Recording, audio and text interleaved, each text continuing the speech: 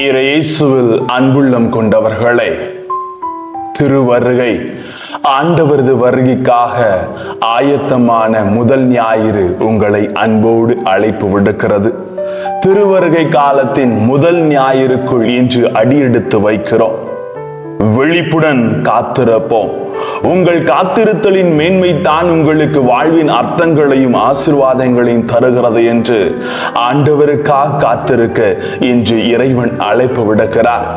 வாங்க, வார்த்தையோடு பயணம் செய்து ஆண்டவருக்காக காத்திருத்தலின் மேன்மையை பற்றி தெரிந்து கொள்ளுவோம். Praise the Lord. இயேசுவுக்கே புகழ், இயேசுவுக்கே நன்றி. இறைவனின் அருட்கரமும் அருள் ஆசீரும் உங்களோடும் உங்கள் குடும்பத்தோடும் முழுமையாக தங்கிட உங்களை நான் வாழ்த்துகிறேன். அன்பில் இனியவர்களே, திருவருகை காலம் அருளின் காலம். கடவுள் நமக்காக செய்ய உள்ள வாக்குறுதிகளை நமக்கு நினைவுபடுத்தும் காலம். நம்பிக்கையை நம் உள்ளங்களில் விதைக்கும் காலம். திருவருகை காலம் என்பது இறைமகன் மனிதனிடையே முதன்முதலாக வந்ததை நினைவுபடுத்துகிற கிறிஸ்து பிறப்புவின் ஒரு பெருவிழாவை நம்மில் உதிக்க செய்கிற ஒரு அருளின் காலமாக பார்க்கப்படுகிறது. ஆமன்புக்குரியவர்களே, காத்திருப்பவன் கடவுளை முழுமையாக காண்கிறான் என்பதை அழகாக இறைவன் சொல்லித்தர விரும்புகிறார். நாலடியார் அழகாக ஒரு வரிகளை நமக்கு சொல்லித் தருகிறார். ஓடு மீன் ஓட உருமீன் உரும வருமளவு காத்திருக்குமாம் கொக்கு என்று சொல்லுவார்கள். உண்மைதான்.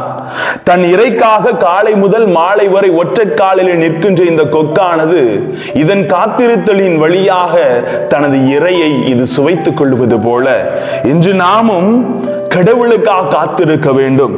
காத்திருத்தல் ஒரு சுகமான சுமை என்பதை அனைவரும் அறிந்து கொள்ள வேண்டும்.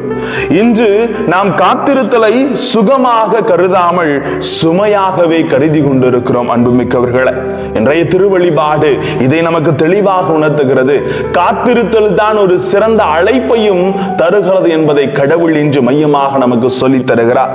ஏனென்றால் ஒரு சில நிகழ்வுகளை திருவிழியத்திலிருந்து காத்திருத்தல் வழியாக ஒவ்வொருவரும் பெற்ற நன்மைகளை உங்களோடு பகிர்ந்து கொள்ள விரும்புகிறேன். முதலாவது, எகிப்திலிருந்து மீட்கப்பட்ட இஸ்ரேல் மக்கள் சீனாய் மலை அடியிலே மோசேயின் வருகைக்காக காத்திருந்தார்கள். இவ்வாறு மோயிசனின் வருகைக்காக காத்திருந்தவர்கள் கடவுளின் 10 கட்டளைகளையும் புதியதொரு வாழ்வையும் பெற்றுக் கொண்டார்கள். அன்புள்ளம் கொண்டவர்களே, ஆனால் காத்திருத்தலை சுமையாக கருதி ஒரு பொன்னாலான கன்றை அமைத்து வழிபாடு செய்தவர்கள் எல்லோரும் வாளுக்கு இரையாகி போனார்கள். விடுதலை பயணம் 32:27 தெளிவாக நமக்கு சொல்லுகிறது.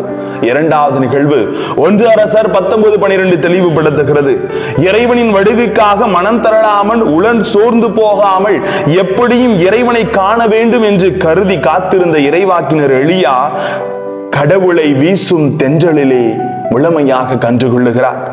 மூன்றாவது நிகழ்வு லூக்கா செய்தி 19:14 தெளிவுபடுத்துகிறது. இவனை கண்டாலே அனைவரும் ஓடி ஒளிந்து கொள்வார்கள், ஏனென்றால் இவன் ஒரு வரி வசூலிப்பவன் என்று இந்த சக்கையை தூக்கி எறிந்து கொண்டிருந்தார்கள் மனிதர்கள். ஆனால் மரத்தின் மீது ஏறி காத்திருந்த இந்த சக்கையை மீட்பை பரிசாக ஆண்டவர் இயேசுவிடம் பெற்றுக் கொண்டார்.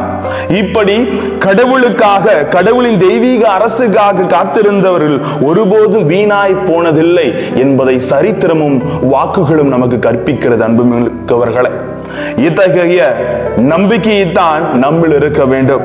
ஆகவே தான் நாட்கள் வருகின்றன. அப்பொழுது இஸ்ரேல் வீட்டாரும் யூதா வீட்டாரும் நான் கொடுத்துள்ள வாக்குறுதியை நிறைவேற்றுவேன் என்று முதல் வாசகத்திலே எரேமியா அழகாக நமக்கு ஆண்டவர் சொன்னதை கற்பிக்கிறார். ஆகவே ஒவ்வொரு நாள் திருப்பலியிலும் நாம் இந்த காத்திருத்தலை அழகாக அறிக்கை எடுக்கிறோம். இயேசு கிறிஸ்து இறந்தார், உயிர்த்தார், மீண்டும் வருவார் என்று நம் விசுவாசத்தை அறிக்கையிட்டு அவருக்காக காத்து கிடக்கிறோம் அல்லவா? காத்திருத்தல் என்பது வெறுமனே காத்திருத்தல் அல்ல, சும்மா இருத்தல் என்பது பொருள் அல்ல. மாறாக நம் காத்திருப்பது 10 கண்ணீர்களில் 5 கண்ணீர்கள் போல வெளிப்பாயிருக்க வேண்டும் என்று லூக்கா செய்தி நமக்கு உணர்த்தப்படுகிறது. வீட்டு உரிமையாளர் வரும் வரை அவருக்கு தேவையானது செய்து வைத்துவிட்டு தலைவனின் வருகைக்காக காத்திருந்த ஊழியனை போல நாம் இருக்க வேண்டும். திருடன் இரவில் வருவது போல ஆண்டவருடைய நாள் வரும் என்று பவுலடியார் சொல்லி இருக்கிறார். ஆம், திருவெளிப்பாடு 21:4 தெளிவாக உணர்த்துகிறது. ஆண்டவரின் வருகை நம் கண்ணீர் அனைத்தையும் துடைத்து விடும்.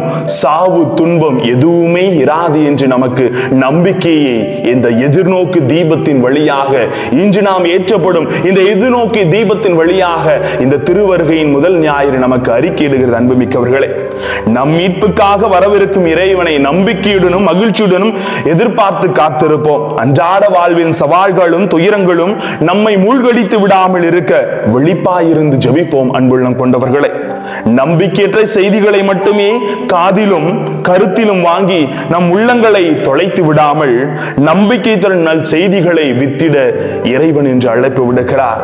எதிர்நோக்கு ஆண்டவருக்காக காத்திருப்போம். இந்த காத்திருப்பது நமக்கானதல்ல, நம் வாழ்வுக்கானது, நமது மீட்புக்கானது என்பதை உணர்ந்து செயல்படுவோம். ஆசீர்வாதம் நிச்சயம். ஜெபிப்போமா? அன்பு இறைவா, எதிர்நோக்கோடு நம்பிக்கையோடு உம்மீது நம்பிக்கை வைத்து ஏற்றப்பட்டிருக்கிற இந்த மெழுகு திரியை போன்று எங்கள் வாழ்விலும் ஒவ்வொரு நாளும் உமக்காக காத்திருந்து இந்த காத்திருத்தல் வழியாக ஒவ்வொரு குடும்பமும் நிறைவான ஆசீர் பெற உம்மை வேண்டுகிறோம். Praise the Lord.